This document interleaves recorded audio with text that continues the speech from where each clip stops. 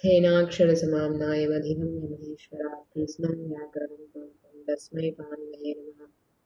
वाक्यकारं वररुचिं भाष्यकारं पतञ्जलिं पाणिनिं सूत्रकारं च प्रणतोऽस्मि गुणत्रयम्।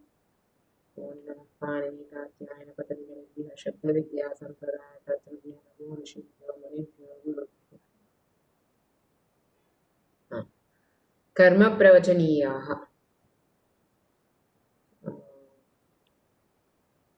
द्वितीया विभक्तेः विधाने कारकद्वितीया कारकादितरत्र विधीयमाना द्वितीया इति भेदद्वयं वर्तते इति ज्ञातम्। तत्रापि कारकादितरत्र विधीयमाना द्वितीया या अस्ति सा अव्यययोगे केषाञ्चन अव्ययानां योगे विधीयमाना पूर्वं दृष्टा उभसर्वतसोः कार्याधिगुपर्यादिषु त्रिषु एवं अंतरांतरेण युक्ते द्वितीया विभक्ति विधानम्। तथा अव्ययसंज्ञकैः योगे द्वितीया विभक्तिः एतावता दृष्टा। अधुना किं वदति कर्मप्रवचनीयसंज्ञा अस्ति चेत् द्वितीया भवति अनन्तरं कर्मप्रवचनीययुक्ते द्वितीया इति बोधयति। ततः प्राक् कर्मप्रवचनीयाः नाम के इति निरूपणं करोति, अत्र निरूपयति।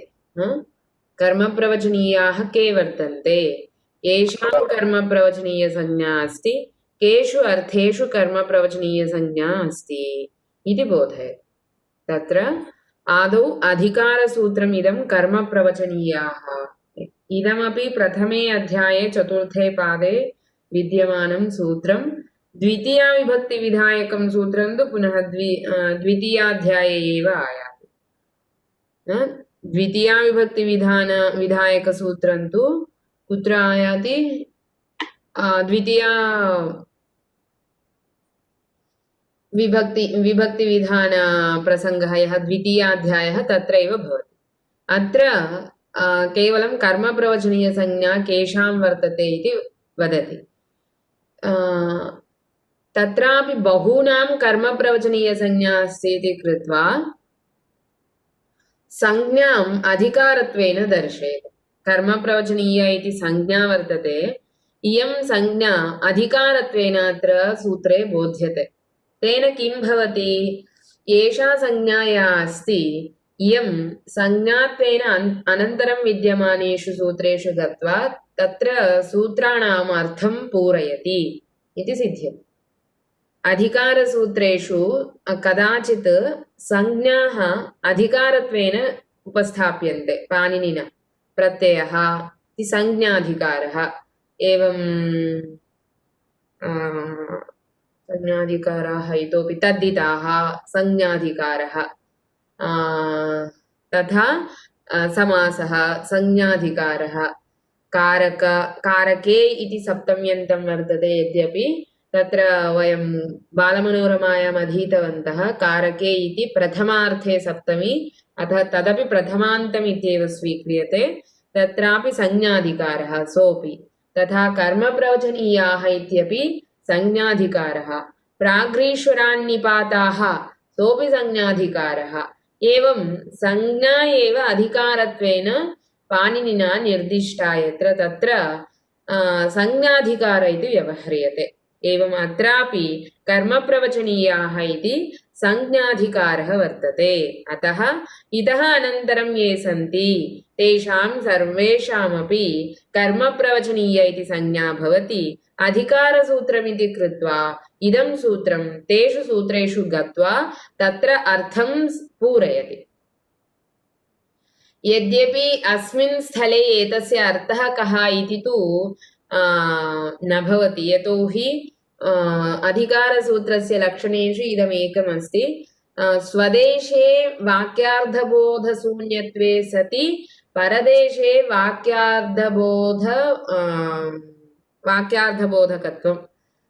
अर्थात् अस्मिन् प्रदेशे यस्मिन् देशे इदं सूत्रम् उक्तं तस्मिन् स्थले तस्य वाक्यस्य नाम सूत्रस्य अर्थः कश्चन विशिष्य सम्पूर्णतया न भवति। इतः अनन्तरं विद्यमानेषु सूत्रेषु गत्वा तेषां सूत्राणाम् अर्थं बोधयति इति कृत्वा एतस्य अधिकारसूत्रम् इति व्यवहारः। तथा कर्मप्रवचनीय इति संज्ञा इति अधिकारसूत्रं यदस्ति इदं सूत्रम् अस्मिन् स्थले कमपि अर्थं न बोधयति। अनन्तरं विद्यमानेषु अनुर्लक्षणे लक्षणेत्थं भूताख्यानभागवीप्सासु प्रतिपर्यनवः अभिरभागे एतेषु सूत्रेषु गत्वा तत्र सूत्राणाम् अर्थं बोधयति इति अधिकारसूत्रस्य इदं लक्षणमेकं वर्तते। पुनश्च संज्ञाधिकारः इति कृत्वा एषा संज्ञात्वेन अनन्तरं विद्यमानेषु सूत्रेषु गत्वा तत्र अर्थं पूरयति। अतः इदमपि यद्वर्तते कर्मप्रवचनीयाः इति सूत्रम् अधिकारसूत्रम्। अधिकारसूत्रेषु भट्टोजीदीक्षितः प्रायशः इत्यधिकृत्य इति बोधयति। तस्य सूत्रस्य अर्थः न वर्तते इति कृत्वा किमपि तत्र विवरणमेव न भवति वृत्तौ। इत्यधिकृत्य तावदेव भवति। तस्य विवरणं तु व्याख्यातृभिः अन्येषु तेषां व्याख्यानेषु निरूपितम्। तथा अत्र कर्मप्रवचनीयाः इति सूत्रस्य वस्तुतः अर्थः कः इति भट्टोजीदीक्षितेनापि नोक्तम् इत्यधिकृत्य इति केवलं तावदुक्तं। बालमनोरमायामपि किमपि नास्ति। प्राग्रीश्वरान्निपाताः इति पर्यन्तम् इति बोध्यम् इति वदति। कर्मप्रवचनीय इति संज्ञा प्राग्रीश्वरान्निपाताः पर्यन्तं वर्तते इति दर्शयति तावदेव। एतस्य अर्थः अस्माभिः ज्ञेयः। अन्यथा अनन्तरं किं वदति, एतस्य कः प्रसङ्गः इति वयं ज्ञातुं न शक्नुमः। संज्ञानां विषयेऽपि पाणिनेः काचित् पद्धतिरस्ति इति पूर्वम् अस्माभिः कारकसंज्ञा पठनवेलायां ज्ञातं। किं तत्र उक्तं, काश्चन लघ्व्यः संज्ञाः काश्चन महत्यः संज्ञाः पाणिनिना कृताः। यत्र संज्ञा महती वर्तते तत्र तस्याः संज्ञायाः कश्चन अर्थः यः सिद्धः प्रकृतिप्रत्ययसंयोजनेन सः अर्थः तत्र स्वीक्रियते इति अधीतम्। लघ्व्यः संज्ञाः टी घू घी भा एवं घा याः संज्ञाः सन्ति तत्र तासां संज्ञानां तु कश्चन अर्थः विशिष्य न भवति। कर्मप्रवचनीय, कारक, सर्वनाम एवं यत्र महत्यः संज्ञाः वर्तन्ते तत्र अन्वर्थत्वं भवति इति अधीतम्। अतः अत्रापि कर्मप्रवचनीया इति महती संज्ञा वर्तते। अतः अस्य कश्चन अर्थः अवयवशः कश्चन अर्थः स्यात्। सः अर्थः कः इति अस्माभिरधुना अधीयते। कर्मप्रवचनीय एतस्य अर्थः कः इति न्यासपदमञ्जरी, न्यासे पदमञ्जर्यां च वर्तते। न्यासः इति पदमञ्जरी इति च काशिकायाः व्याख्यानभूतः ग्रन्थः, व्याख्याग्रन्थः। न्यास इति व्याख्या, पदमञ्जरी इति व्याख्या। पदमञ्जरी व्याख्यायां विद्यमानाः विषयाः पूर्वमधीताः, तेषां सारः एव अधुना उच्यते। पङ्क्तिशः न वदामि, कदाचित् तत्र क्लेशः वर्तते इति कृत्वा। पूर्वं क्लेशः अनुभूतः इति कारणेन तत्र ये अंशाः उक्ताः तान् अंशान् वयम् अधुना सारभूतत्वेन पठिष्यामः। कर्मप्रवचनीय इति महती संज्ञा वर्तते। अस्य कः अर्थः? कर्म प्रोक्तवन्तः इति कर्मप्रवचनीय। कर्म प्रोक्तवन्तः इति कर्मप्रवचनीय इति अर्थः। कर्म नाम अत्र कर्म इति शब्देन कः अर्थः स्वीक्रियते? क्रिया इति अर्थः स्वीक्रियते। अतः कर्म प्रोक्तवन्तः नाम कः अर्थः? क्रियां प्रोक्तवन्तः इति अर्थः। यद्यपि प्रोक्तवन्तः इति भूतकाले अस्ति, अत्र प्रवचनीय इति प्रापूर्वकवचधातोः अनीयर् इति प्रत्ययः दृश्यते। सः भूतकाले एव अर्थे स्वीक्रियते। कर्तृर्थे भूतकाले च अनीयर् इति प्रत्ययः स्वीक्रियते, अन्यथा तस्य अर्थः एवं न सिद्ध्येत। कर्म प्रोक्तवन्तः इति भूतकालार्थः कर्तृर्थः स्वीकृतः। सामान्यतया अनीयर् इति प्रत्ययः कृत्यप्रत्ययः इति कारणेन एषः सकर्मकेभ्यः कर्मणि अकर्मकेभ्यः भावे भवति। अनीयर् इति प्रत्ययः सकर्मकेभ्यः धातुभ्यः कर्मणि भवति, अकर्मकेभ्यः धातुभ्यः भावे भवति। अत्र तु वच इति धातुः सकर्मकः, अतः अत्र कर्मणि भवेत्। पुनश्च एतेषां प्रत्ययानां कालनिर्देशः न भवति। सर्वेपि कृत्प्रत्ययाः कस्मिंश्चित् विशिष्टे एव काले भवन्ति इति नास्ति। केचन एव कृत्प्रत्ययाः काले अर्थे उक्ताः। अतः अत्र प्रवचनीय इति यः अनीयर् प्रत्ययः तस्य वस्तुतः कालार्थो वा कर्तृर्थो वा नास्ति, तथापि अत्र व्युत्पत्ति आधारेण सः अर्थः स्वीक्रियते।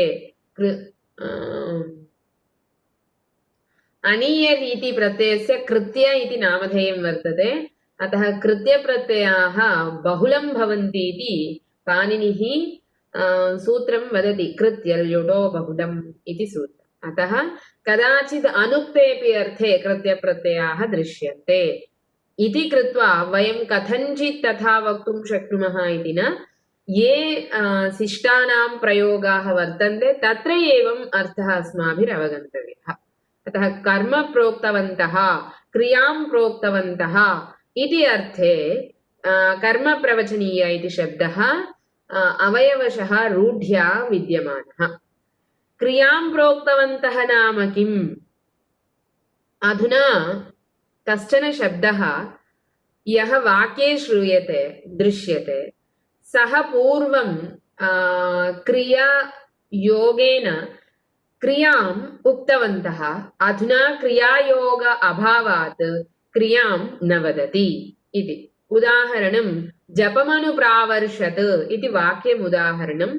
अत्र अनु इति यदस्ति, जपम् अनुप्रावर्षत्, अत्र अनु इति यः वर्तते शब्दः, सः पूर्वं कर्म क्रियां प्रोक्तवन्तः, अधुना न वदति, क्रियाम् अधुना न वदति, पूर्वं प्रोक्तवन्तः। अतः तस्य कर्म सम्प्रति क्रियां न वदति इति कृत्वा पूर्वं क्रियाम् उक्तवत् धातुः उक्तवान् इति कृत्वा तस्य कर्म प्रवचनीय इति व्यवहारः। कः अर्थः एतस्य? यथा उपविशति, उत्तिष्ठति, आगच्छति, एतेषु वयम् उप, उत्, उद्, आङ् एतेषां कश्चन अर्थः भवति। क्रियया योगः अस्ति इति कारणेन तस्य कश्चन उपसर्गस्यापि अर्थः वर्तते, अथवा अर्थं कमपि उपसर्गः द्योतयति। एवं च तत्र विद्यमान उपसर्गः आङ् इति उपसर्गो वा, उप इति उपसर्गो वा, उद् इति उपसर्गो वा क्रियां तत्र वदति, क्रियां वक्ति। तत्र उपसर्गः क्रियायोगः अस्ति इति कारणेन क्रियां वक्ति। अधुना जपम् अनु प्रावर्षत् इति प्रयोगे अनु इति यः केवलं विद्यमानः सः क्रियया युक्तः नास्ति इति कृत्वा अधुना क्रियां न वदति। अतः क्रियां पूर्वं प्रोक्तवान् अयं धातुः अधुना न वदति इति कृत्वा एतस्य कर्म प्रवचनीय इति व्यवहारः। एतावत् अवगतवन्तो वा? क्षम्यतां, पुनः एकवारम् उच्यतां, मम स्पष्टता नास्ति एव अधुनापि।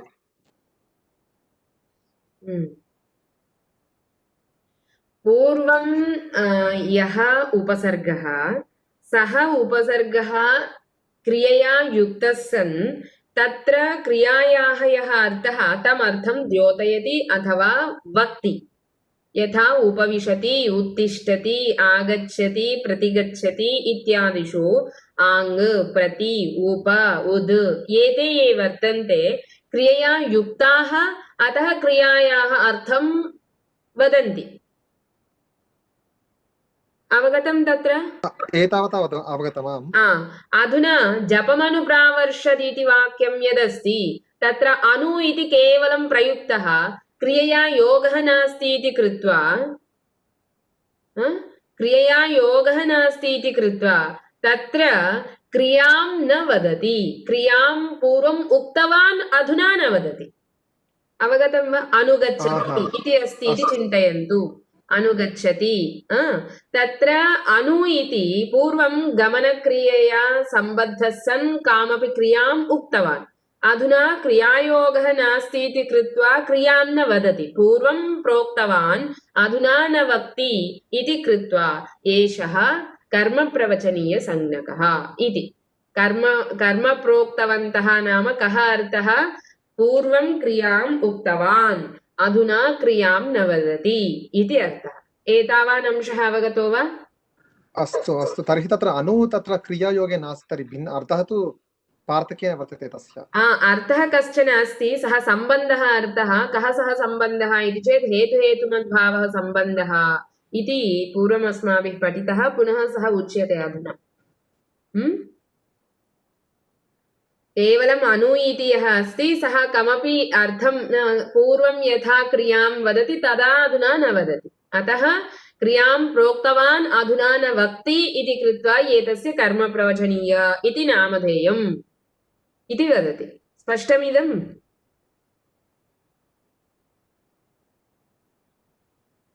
अधुना स्पष्टम्। आम्।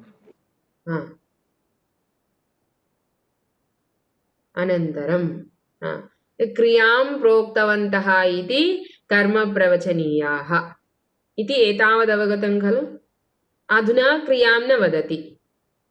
किं वदति? यथा जपमनुप्रावर्षत् इत्यादीनि वाक्यानि, तेषु वाक्येषु यः अनु इति प्रयुक्तः एषः अधुना किं वदति? सम्बन्धं वदति। कः सः सम्बन्धः इति? हेतुहेतुमद्भावसम्बन्धः। अतः अस्मिन् प्रसङ्गे कर्मप्रवचनीय इत्यस्य लक्षणम् अथवा स्वभावं किञ्चित् वाक्यपदीये कारिकायां बोधयति। तां कारिकां पश्यामः। क्रियाया द्योतको नायं सम्बन्धस्य न वाचकः, नापि क्रियापदापेक्षी सम्बन्धस्य तु भेदकः इति कर्मप्रवचनीय इति शब्दस्य निर्वचनं तत्र दत्तम्। क्रियायाः द्योतकः न, नाम एषः यः कर्मप्रवचनीयसंज्ञकः सः क्रियायाः द्योतकः नास्ति। सम्बन्धस्य न वाचकः, सम्बन्धं न बोधयति, नाम सामान्यं सम्बन्धं न बोधयति। नापि क्रियापदापेक्षी, क्रियापदस्य अपेक्षां न करोति। यस्य कर्मप्रवचनीय इति संज्ञा, सः क्रियापदस्य अपेक्षां न करोति इति कर्मप्रवचनीयस्य इदं किञ्चित् निर्वचनम्। एतत् कथं घटते इति उदाहरणेन पश्यामः।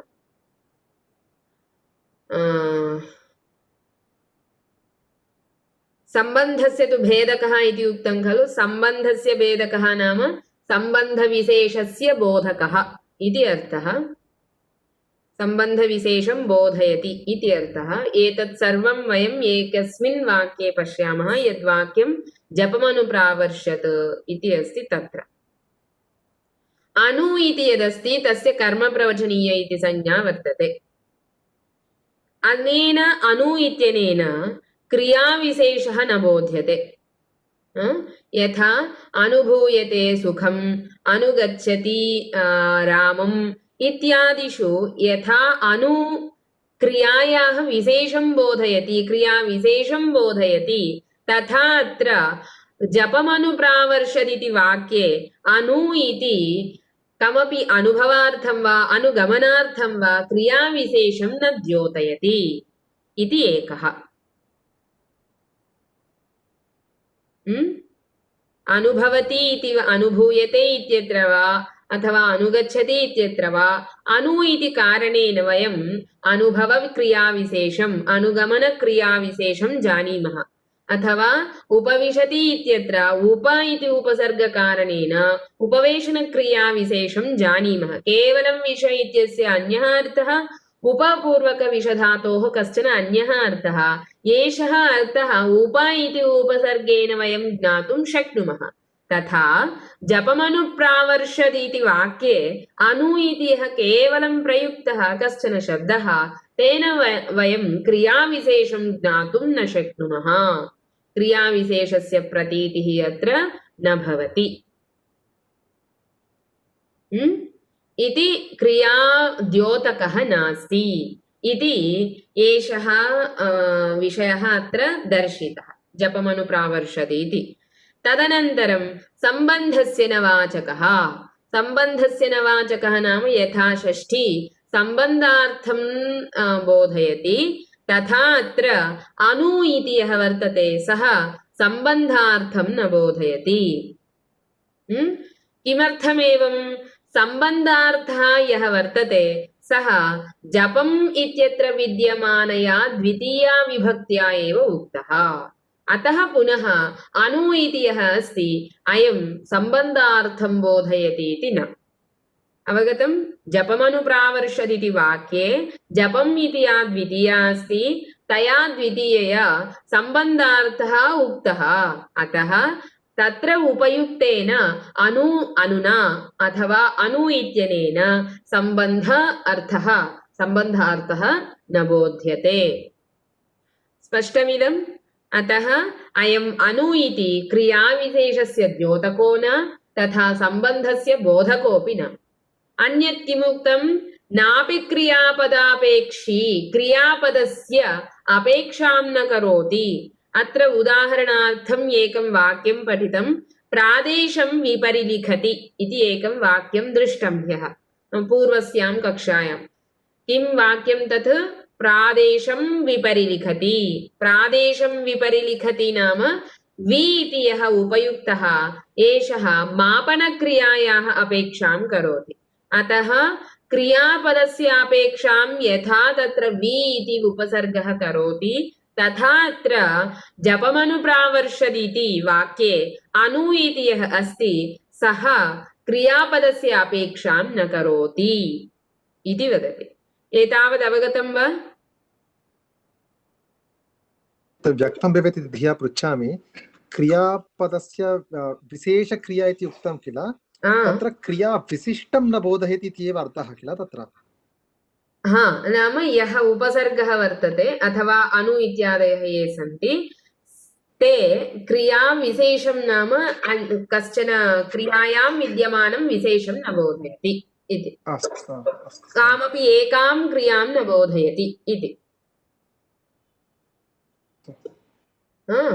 एवम् अत्र एतावद् अवगतं खलु यद् लक्षणत्रयम् उक्तं कर्मप्रवचनीयस्य क्रियाविशेषं न द्योतयति तथा क्रियापदस्य अपेक्षां न करोति तथा सम्बन्धमपि न बोधयति इति एतानि यानि उक्तानि लक्षणानि तानि सर्वाण्यपि अवगतानि खलु सर्वैः इति क्रियया सम्बन्धः नास्ति वा किं दीपा पृच्छति प्रावर्षत् इति तत्र अनु इत्यनेन सम्बन्धः नास्ति खलु जपम् अनुप्रावर्षत् इति अन्यः विषयः जपम् इति अन्यः विषयः अनयोः उभयोः मध्ये अनु इति यः प्रयुक्तः सः एतयोः उभयोः कमपि सम्बन्धविशेषं द्योतयति तत्र विद्यमानक्रियां विशेषं न बोधयति अनु इत्यनेन वर्षस्य कश्चन सम्बन्धः अस्ति वा दीपा भवत्या अवगतं वा इदम् अनु इत्यनेन वर्षस्य कश्चन सम्बन्धः अस्ति वा यथा अनुभवति उपविशति इत्यादिषु वयम् उपसर्गस्य क्रियया सम्बन्धं पश्यामः तथा अत्र सम्बन्धः अस्ति वा क्रिया विशेषं तु नास्ति किन्तु जपस्य प्रावर्षणम् उभयोः सम्बन्धं बोधयति केवलम् अत्र वर्षणम् इत्यत्र विद्यमानक्रियाविशेषम् अणु इति न बोधयति यथा उपसर्गाः बोधयन्ति। स्पष्टं वा इदम्? आमाम्।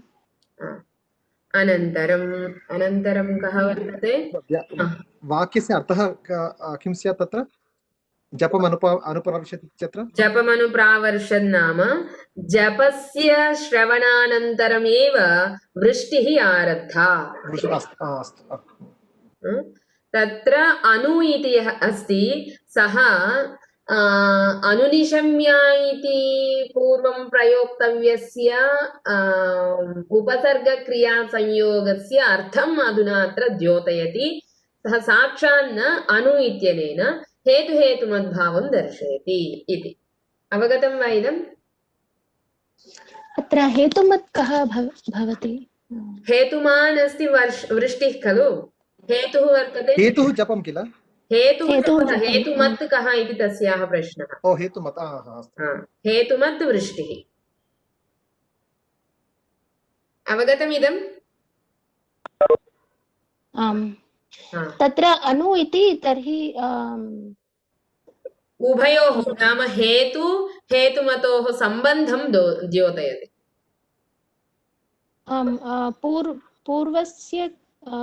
पूर्वस्याः क्रियायाः किमपि वस्तुतः वाक्यं कथं भवेत् इदं सर्वम् अधुना वदिष्यामि। वाक्यं कथं भवेत्, अधुना कथं प्रयुक्तम् इत्येते अंशाः पुनः आगमिष्यन्ते अधुना एव। एवं च क्रियायाः सम्बन्धं न बोधयन्ति, क्रियाविशेषं न द्योतयन्ति, क्रियापदस्य अपेक्षां न कुर्वन्ति इति कृत्वा एतेषां कर्मप्रवचनीय इति संज्ञा इति ज्ञातमेतावत्। यदि अत्र क्रियापदस्य अपेक्षां करोति तर्हि तां क्रियाम् आधारीकृत्यैव कर्मसंज्ञा करणसंज्ञा इति पुनः संज्ञाः भवेयुः। तासु संज्ञासु विभक्तयः भवेयुः। तथा तु अत्र नास्ति इति कृत्वा अत्र अनु इति यः अस्ति एषः क्रियापदस्य अपेक्षां न करोति इति बोधयति। एतत् सर्वं पूर्वस्यां कक्षायाम् अधीतमिदं, परन्तु तस्य सारः उच्यते, पङ्क्तिशः न। भवतु। जपमनुप्रावर्षत्।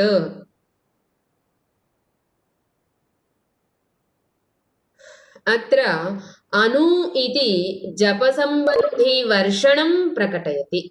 अनु इति यः अस्ति एषः अधुना किं करोति तर्हि? अनु इति क्रियाविशेषं न द्योतयति, सम्बन्धं न बोधयति, तथा पुनः क्रियापदस्य अपेक्षां न करोति। किं तर्हि करोति अनु इति चेत् जप वर्षण अनयोः कमपि सम्बन्धं प्रकटयति। अर्थात् अत्र जपम् इति जपशब्दात् या विहिता द्वितीया, तया द्वितीयया यः सम्बन्धः उक्तः सः सम्बन्धः लक्ष्यलक्षणभावसम्बन्धः हेतुहेतुमद्भावसम्बन्धः इति प्रकटयति अयम् अनु इति शब्दः। अतः सम्बन्धविशेषस्य बोधकः इति अनु इति कर्मप्रवचनीयसंज्ञकः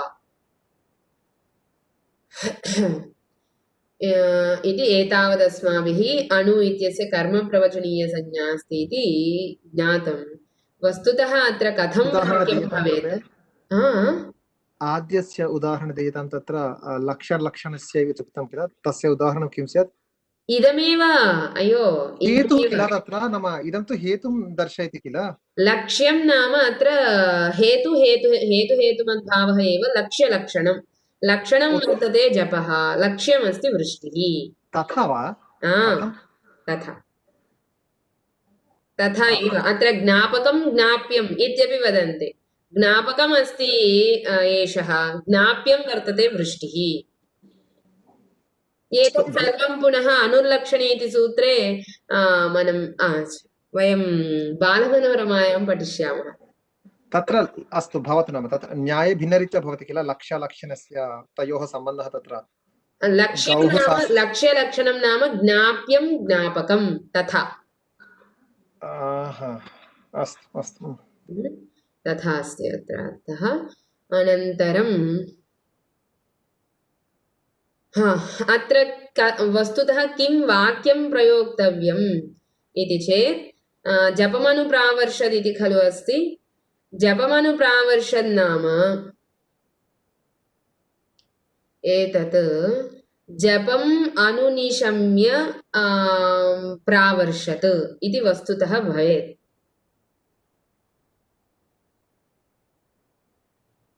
अवगतं वा इदम्?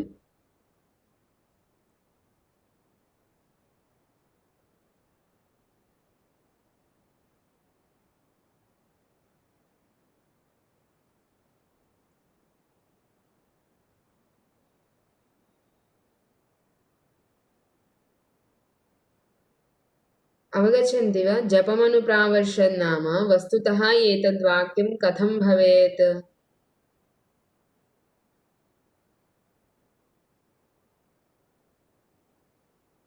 शृण्वन्ति वा?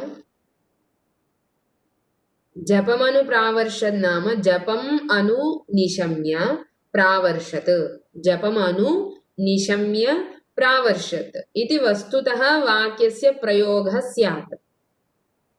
परन्तु अत्र निशमनक्रिया नोपयुक्ता, निशमनक्रिया नोपयुक्ता। तस्याः क्रियायाः यः अर्थः सः अधुना अनु इत्यनेन द्योत्यते। जपश्रवणानन्तरं वृष्टिर्जाता इत्यर्थः। जपमनुनिशम्य इत्यस्य अर्थः कः? जपश्रवणात् परं वृष्टिः आरब्धा इति एतस्याः पङ्क्तेः अर्थः। सः अर्थः अधुना जपमनुप्रावर्षत् इत्यनेन बोध्यते। अतः अनु इत्यस्य कर्मप्रवचनीयसंज्ञा वर्तते इति सिद्धम्। एतेषां वस्तुतः कर्मप्रवचनीयसंज्ञा विशिष्टानां गतिसंज्ञा वा उपसर्गसंज्ञा वा न भवति। अतः यत्र कर्मप्रवचनीयसंज्ञा अस्ति इति वदति तत्र पुनः गतिसंज्ञा उपसर्गसंज्ञा न इति अवगन्तव्यम्। अतः कदाचित् गतिसंज्ञाबाधनाय उपसर्गसंज्ञाबाधनाय च किं करोति? कर्मप्रवचनीयसंज्ञां वदति। अतः यत्र यत्र कर्मप्रवचनीयसंज्ञा अस्ति तत्र सर्वत्रापि द्वितीया विभक्तिर्भवेदिति न चिन्तनीयम्। कर्मप्रवचनीययुक्ते पञ्चमी विभक्तिरपि युक्ता, सप्तमी विभक्तिरपि युक्ता, द्वितीया विभक्तिः अधिकतया भवति। सामान्यसूत्रं कर्मप्रवचनीययुक्ते द्वितीया इति। अतः अधिकतया द्वितीया विभक्तिर्भवति। अन्यत्रापि अन्याः अपि विभक्तयः वर्तन्ते। एवं क्वचित् कर्मप्रवचनीयसंज्ञा तु भवति, परन्तु तत्र प्रयोजनं द्वितीया विभक्तेः विधानं वा पञ्चम्याः विधानं वा सप्तम्याः विधानं वा नास्ति। तत्र कर्मप्रवचनीयसंज्ञायाः प्रयोजनं गतिसंज्ञाबाधः उपसर्गसंज्ञाबाधश्च इति एतावत् कर्मप्रवचनीयविषये ज्ञातव्यम्। तदनन्तरं अनुर्लक्षणे इति आरभ्य वयं पुनः पठिष्यामः।